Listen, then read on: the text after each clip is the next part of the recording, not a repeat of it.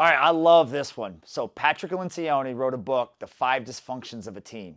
So up here we got what Lencioni talks about is the pyramid.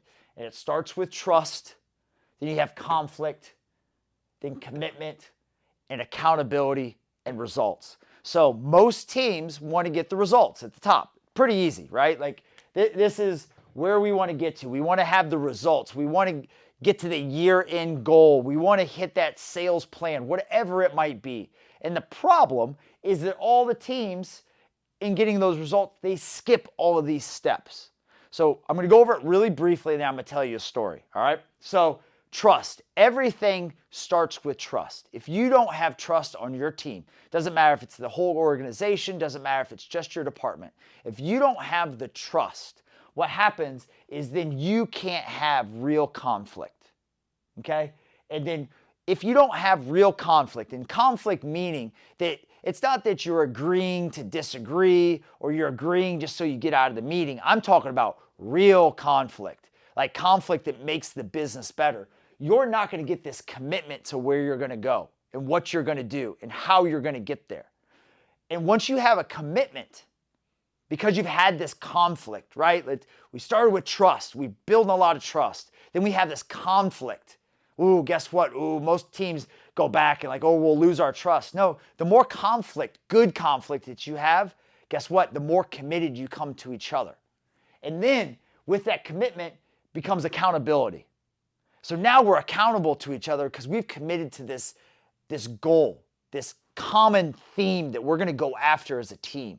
So then that when you have accountability, then you have results. So you have to start with trust, and it goes to conflict. Then for conflict, you get commitment. And then commitment, you get accountability. And then you get the results that you want. So here's a great story. It's about my wife, Janelle, and I. So sometimes I don't have the best mouth. I cuss a little bit. And there's been times I've done it around our kids. Not great. Hey, you can throw a comment down on how I'm a terrible person about cussing in front of my kids, but I'm normal. So anyways, think about this for you. Who is the single person that you trust the most? Well, for me, I trust my wife, Janelle.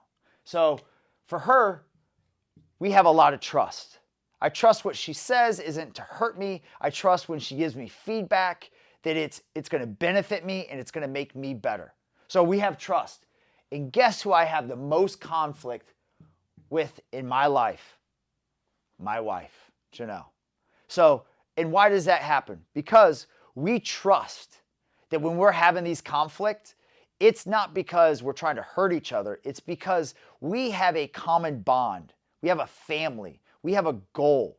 And when things aren't going right or one person steps out, as I have when Janelle's told me, Matt, you cannot cuss in front of the kids because they're going to go to school and they're going to use that same language and they're going to get in trouble. And I agreed. I said, absolutely, I agree. We had this conflict. And guess what happened? After that conflict, even though I didn't want to hear it, I realized it was the right thing.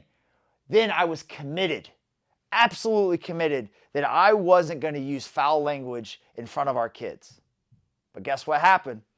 Had a party at the house, got all my friends over. Guess what Matt's doing in the backyard talking to his buddies? All of a sudden those words start coming out, and guess who's around? The kids are. What do? I just kept going along. Guess who I get? I get a little tap on the shoulder, and I look, and it's Janelle. It's my wife. And she looks at me with disappointment, and she goes, I'm going to hold you accountable for what you said you were going to do. You committed that you weren't going to use that language around our kids. So now I've got an accountability to her that I will not do that. And guess what? The result is I changed my ways. I no longer do it.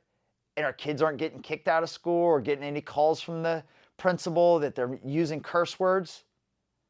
And it all comes from if we didn't have trust, we wouldn't be able to have that conflict and those hard conversations. And then I wouldn't commit that I needed to change. And then when she came to me and saw that I wasn't doing what I said I was going to do, I wouldn't hold myself accountable and she wouldn't hold me accountable. And ultimately, we wouldn't get the result we wanted. So the 5 dysfunctions: don't just work in a business. They work in a family, they work anywhere. And just remember, you can't get results without starting with trust.